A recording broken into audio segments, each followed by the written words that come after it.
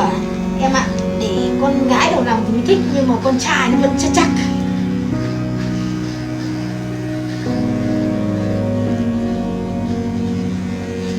Con trai nó vẫn chắc.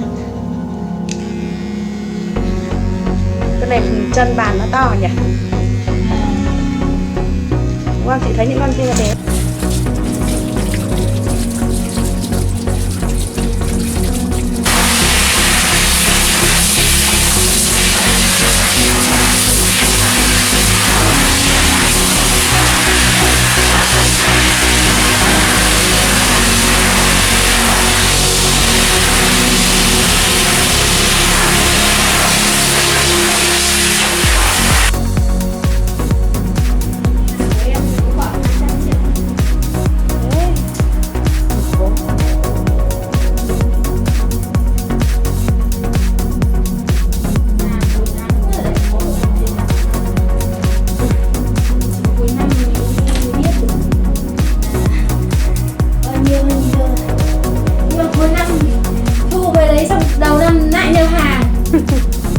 Tiền nó cứ xoay vòng đi vào xoay vòng.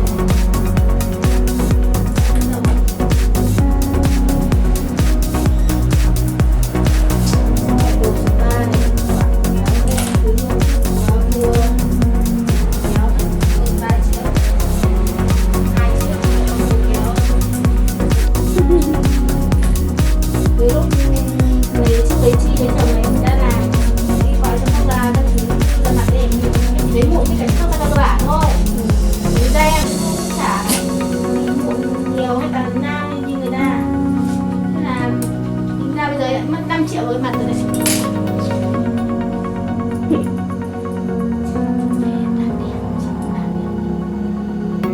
Ra mua rẻ mà chị mua cái gói 2 triệu đấy, hôm nào rảnh thì đi ấy.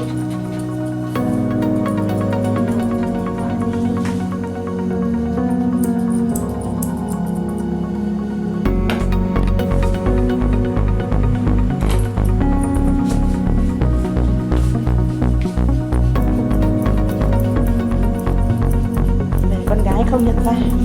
Tưởng mua chó mới.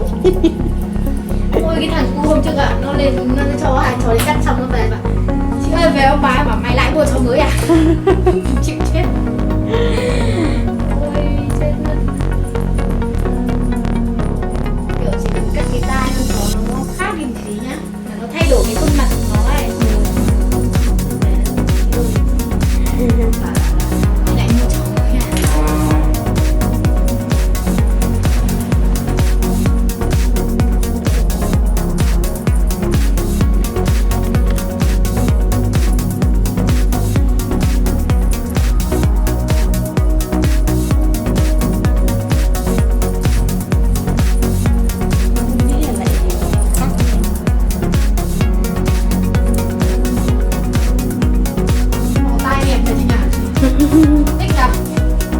Cái này là cái tay nó dài nhỉ? Tay dài đâu nữa. Thế mà nung lên dài. Đi đồng tiền dán tiền vào nó cắt đẹp ngay. Đúng không?